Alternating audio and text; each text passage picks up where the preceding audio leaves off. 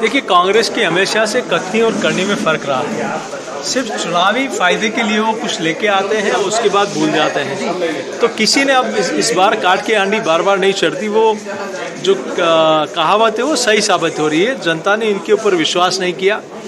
5 साल के लिए पहले मैंडेट दिया, लेकिन 5 साल में जो वादे करके ये सत्ता में आए, उन सारे वादों पर कोई अमल नहीं किया।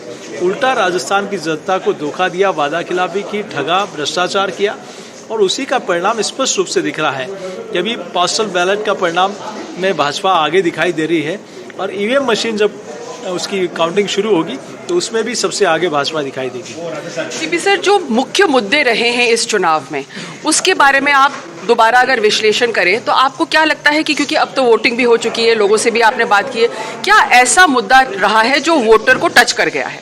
देखिए, सबसे बड़ा मुद्दा है भाजपा और हमारे शीर्ष नेतृत्व आदरणीय मोदी जी के प्रति जनता का अटूट विश्वास।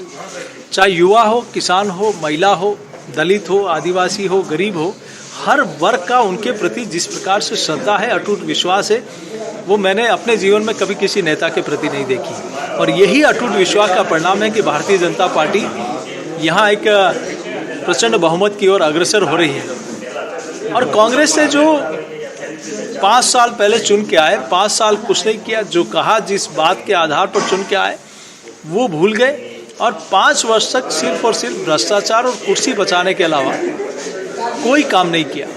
और अंतिम 5 महीनों में कुछ योजनाएं, होर्डिंग और इसके माध्यम से अपना प्रचार प्रसार शुरू किया, और उसके पीछे भी मेन मंतव्य यह था कि भ्रष्टाचार कैसे हो। मोबाइल खरीदने में भ्रष्टाचार, अन्नपूर्णा योजना में भ्रष्टाचार, तो जनता ने इनका असली चेहरा देख लिया। सीपी जी, मैं एक चीज़ पूछना चाहूँगी, जैसे जो मोबाइल वाली योजना थी, अगर आप प्रॉमिस करते हैं कि इतने मोबाइल देंगे और कम देते हैं, तो कहीं कहीं आपको लगता है कि रिवर्स रिजेंटमेंट भी वोटर में पैदा हो जाता है कि नहीं मिला जो कहकर नहीं देना, और फिर काम गारंटी। हर्षा जी वहाँ बातचीत कर रही हैं सीपी जोशी साहब से, बीजेपी के अध्यक्ष हैं।